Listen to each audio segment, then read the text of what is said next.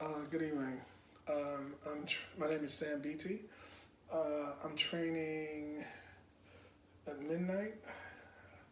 I know the last few days I've just been training at night. Tonight I was working on what we call Wudang weapon hands.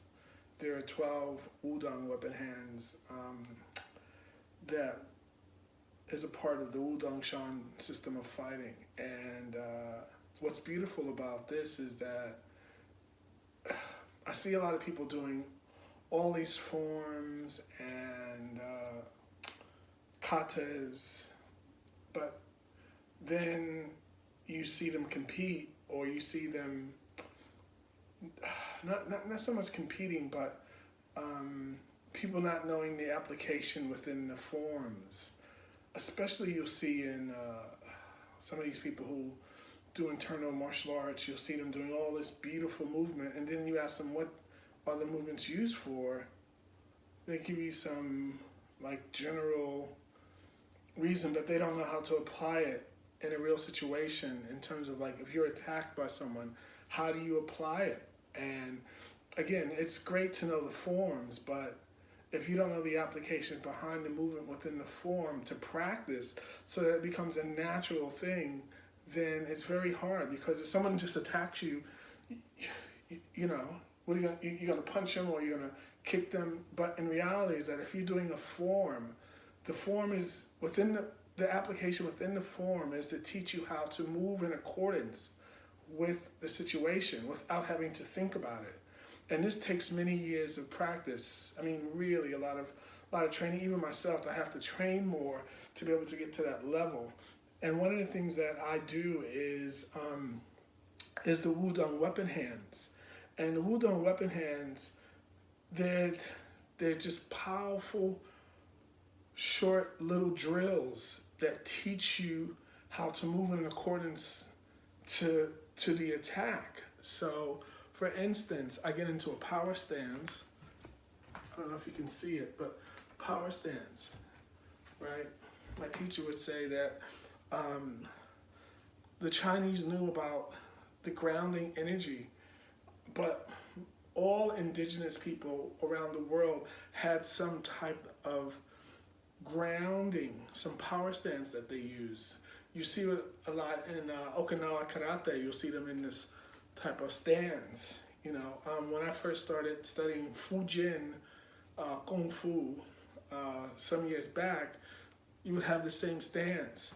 So you see this stance throughout martial arts, throughout indigenous cultures. It's also here within the Wudang system. This isn't all the flashy stuff. This is stuff that you need to protect yourself in a real situation. So what I'm practicing tonight, and all this information was I learned from a gentleman by the name of Earl Montague from the World Tai Chi Boxing Association. If you go to World Tai Chi Boxing Association, was it TAIJIA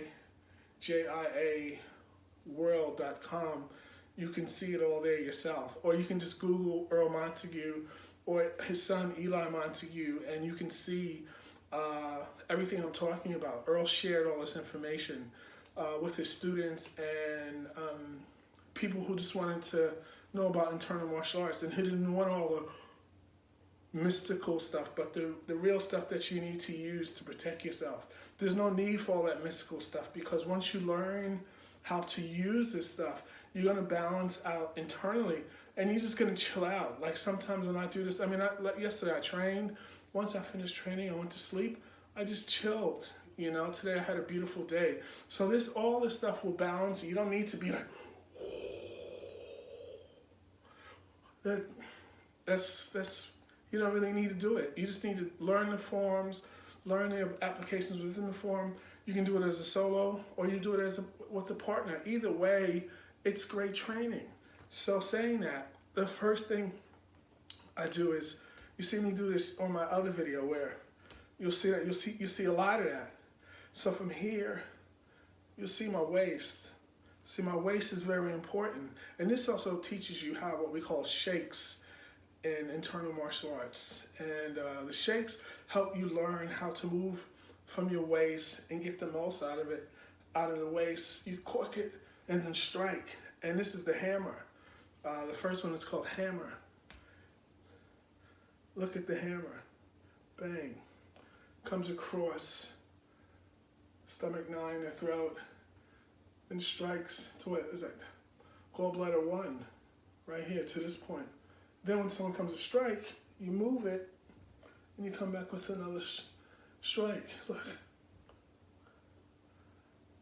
Very smart. Look at this. This is very beautiful. So you got strike, strike, strike. They're coming to attack. You move them out the way. Strike, and you use your weight. It forces you to use your waist. It forces you, makes you use your waist. Here.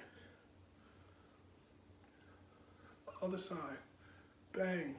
And because I'm doing it solo, I just strike my own arm. I used to do this with my oldest son when he was younger. I used to have a lot of fun when I first learned this. We used to have a great time, him and I. And he would make me move. So I would have to get out the way, you know. Then you have to then add moving.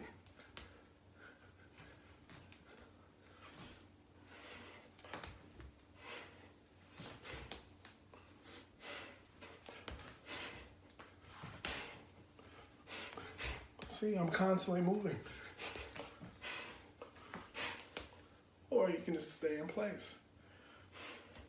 The point is to get the body to move in accordance with what the attacker is doing. And the only way you can do that is to constantly keep practicing and find partners who want to train with you to help you move, to help you. You want to get punched in the you want to get them in your face.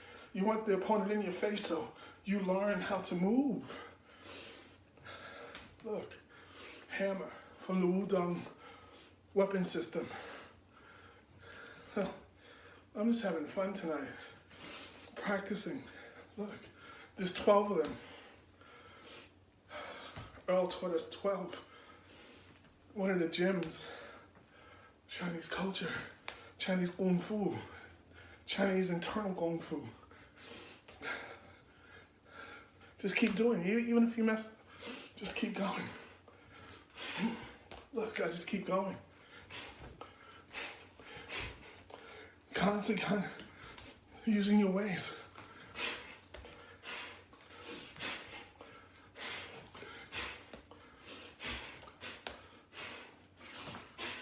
See, I'm moving. Even if I mess up, just keep going. Keep using your weight.